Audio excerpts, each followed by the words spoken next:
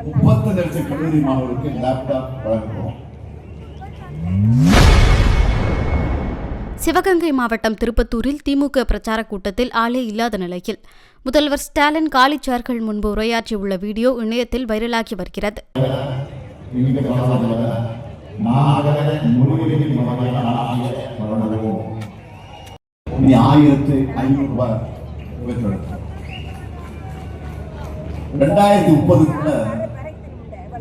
லட்சம் கல்லூரி மாணவர்களுக்கு லேப்டாப் வழங்குகிறோம்.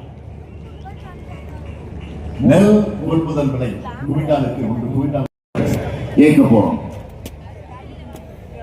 பல புதிய ரூட்ல விடியல் பேருந்துகள் மினி பஸ் ஆகியவற்றை போறோம். பெண்களுக்காக ஏற்கனவே இருக்கக்கூடிய திட்டங்கள் மட்டுமே போதும் நினைக்கல, இன்னும் செய்யணும்னு நான் நினைக்கிறேன். அதுக்காகத்தான் இதனால 2021 எதிர்பார்த்த வெற்றிய பெற முடியாத மேற்கு மண்டலத்தை இந்த முறை திமுக தான் ஸ்வீப் பண்ண போது சொல்றாங்க. பேருந்து பயணம் செய்யக்கூடிய பெண்கள் கிட்ட பேட்டி எடுத்திருக்கிறாங்க. பேட்டி எடுத்தவரும் ஒரு பெண் செய்தியாளர் தான்.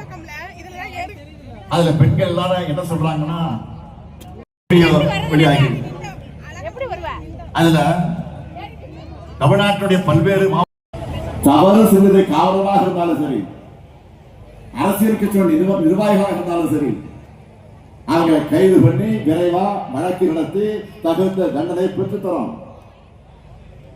கலைஞர் மகளிர் உரிமை தொகை, புதுமை பெண் மாவட்ட கைது செய்யப்பட்ட போதைப் பொருட்கள் விற்பனையில சிட்டிங் அமைச்சர்களை